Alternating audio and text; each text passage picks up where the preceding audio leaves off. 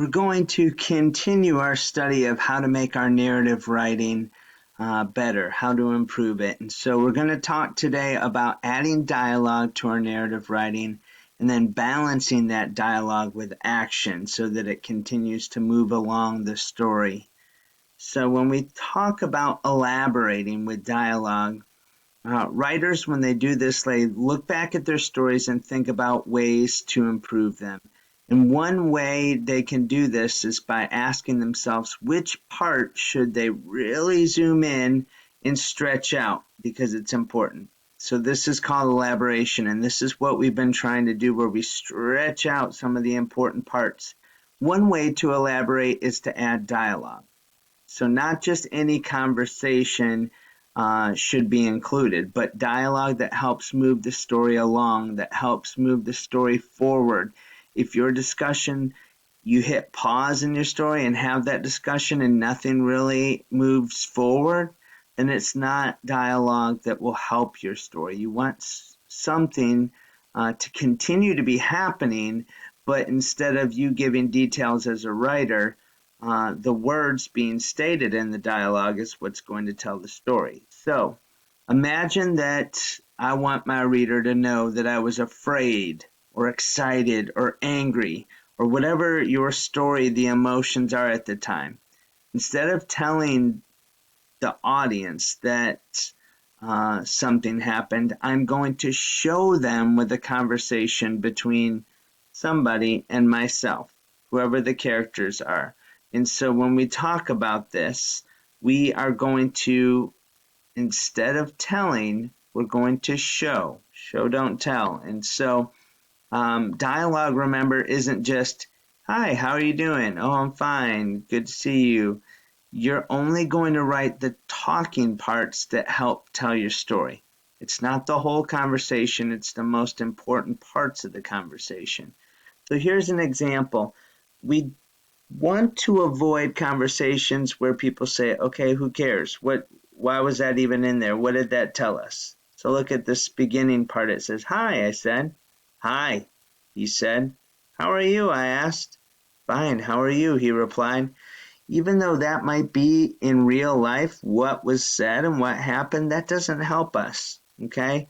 This dialogue doesn't do anything to help us learn about the characters. It doesn't move the story along. And so instead, you can just simply summarize that dialogue and say, well, after we exchanged greetings, I said what I had been meaning to tell him for days.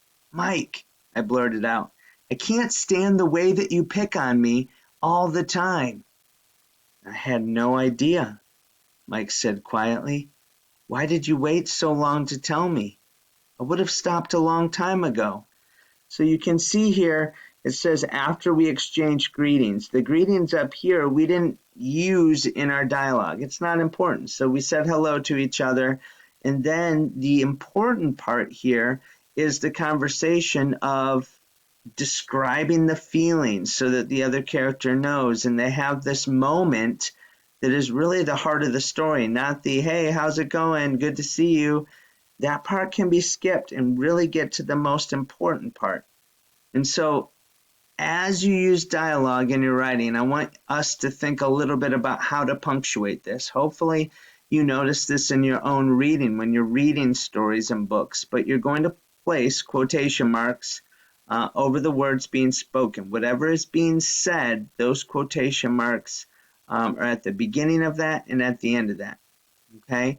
Don't forget that each time a new speaker is speaking, you're going to drop to the next line and indent in. It might look funny if there's a lot of dialogue because you don't even get a full line before you move on to the next one when someone talks. And then the other thing is use a variety of speech tags, not just the words said. So when you've heard this, I'm sure plenty, where it says, put said to bed, or said is dead. Look at these examples, okay? Look at the different ways to say said. I'll let you read those for a moment.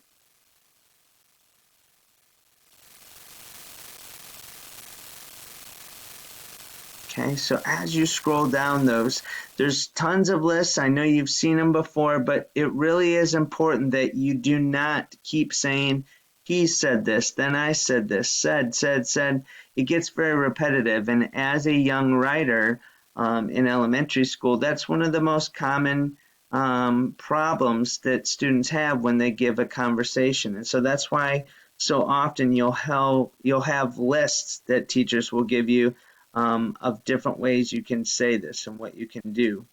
Okay, when you talk about punctuating, look, a comma is going to separate the dialogue from whatever it is that you're giving as far as your speech tag.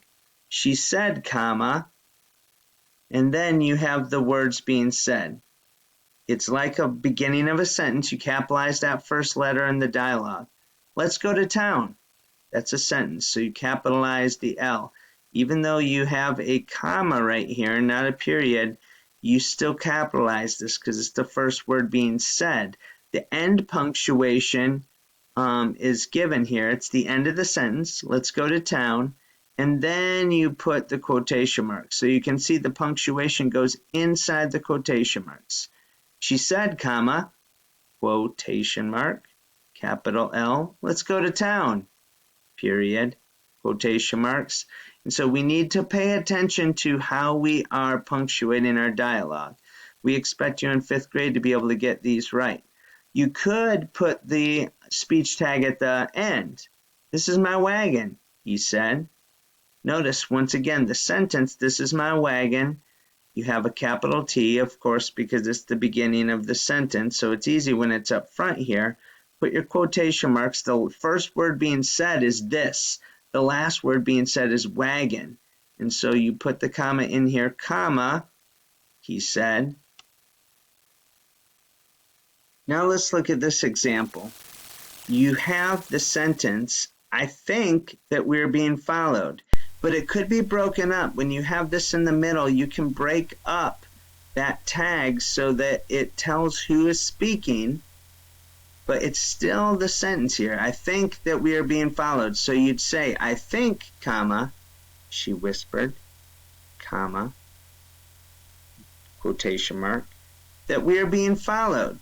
Okay, so when we have this, you could take out the she whispered and it's just the sentence. But when you break apart that sentence in the middle of the sentence, you have to hit that comma right here and then end at least the speaking for a moment. I think.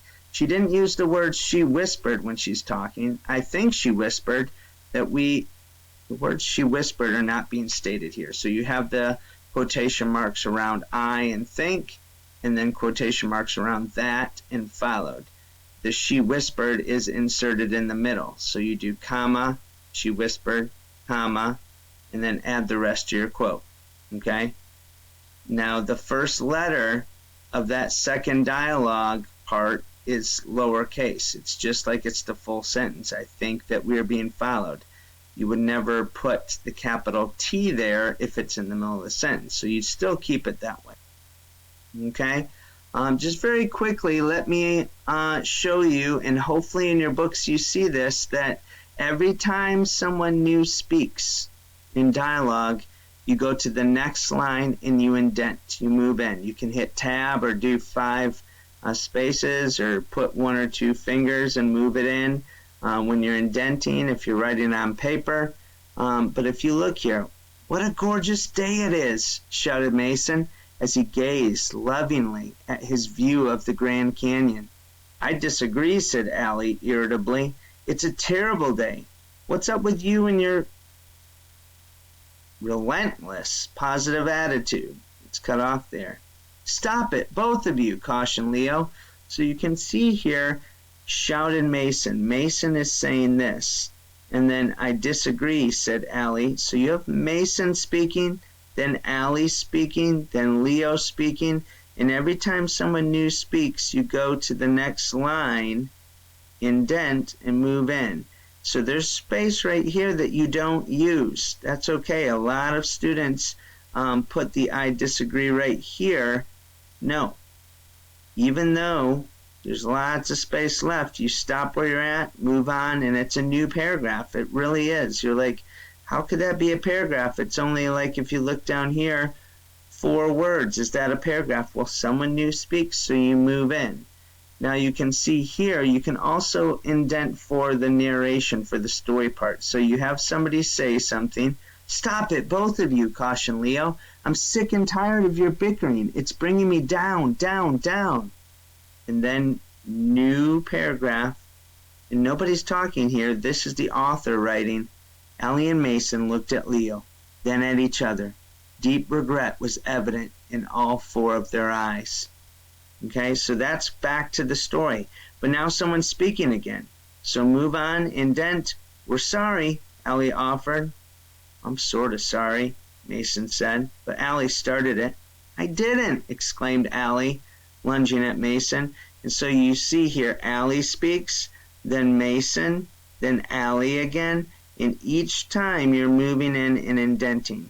Okay? So the last thing I want to tell you is that when you are giving dialogue, I want there to be action. Okay? So whenever you add a piece of dialogue, I want you to tell a little bit about what the character's doing. If you just add a little description or action, it's easier to help the reader see what's going on. So let me show you an example. I'm just really scared, I told Sarah. Emily, I know you can do it, Sarah exclaimed. So there's dialogue. Back and forth, 2 different people spoke. So how can we add action to this to help us visualize? Well, here's the original thing. It could sound like this. I nervously shifted from foot to foot. I'm just really scared, I told Sarah. Fighting back tears, I looked at her for reassurance. Sarah smiled. Emily, I know you can do it. She put a hand on my shoulder and squeezed. And so let's take a look here. I nervously shifted from foot to foot. You can picture someone kind of moving back and forth, nervous. Okay?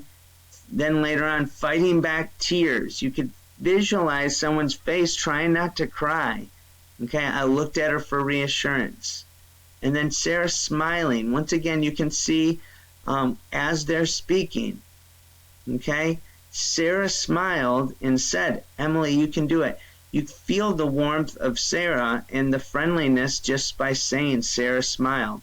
And then she put a hand on my shoulder and squeezed. Once again, that action creates a tone, a mood of what's going on, and it helps you really feel like you're part of the story. Okay? So when you balance dialogue with action, you need to make sure that the action fits in the story.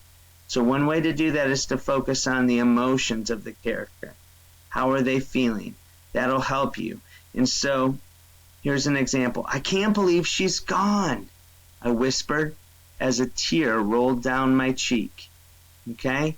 And so here's the dialogue, and then just having that one action, a tear rolling down my cheek. The dialogue, you could just say, I can't believe she's gone, I whispered. But adding that tear rolling down the cheek, it really changes what the character is experiencing. I looked down at the ground, refusing to make eye contact. I'm sorry, I mumbled. And so you can once again feel what the character is feeling when they're looking down at the ground, not wanting to look up, knowing they're in trouble. That little action that you described before they talk helps us really understand the dialogue. Look at this next example. The corners of my mouth curled up into a smile as I exclaimed, I did it! So once again, the corners of your mouth, not just I smiled, but you can see it kind of gets bigger and bigger and bigger. It's growing. It curls up into a smile, and so you feel that emotion. The last example. I lost all of the money, I replied. My body rocked back and forth eagerly, waiting the reaction. Okay, so once again, kind of rocking, just knowing you're in trouble, adding that little action. And so as we do this today, remember, add dialogue that helps your story move forward. Each time a new speaker speaks, go to the next line and indent. And then every time you use dialogue, I want you to make sure that you tell a little bit of action so we can picture the scene. All right? Can't wait to see what you guys do and hear your stories.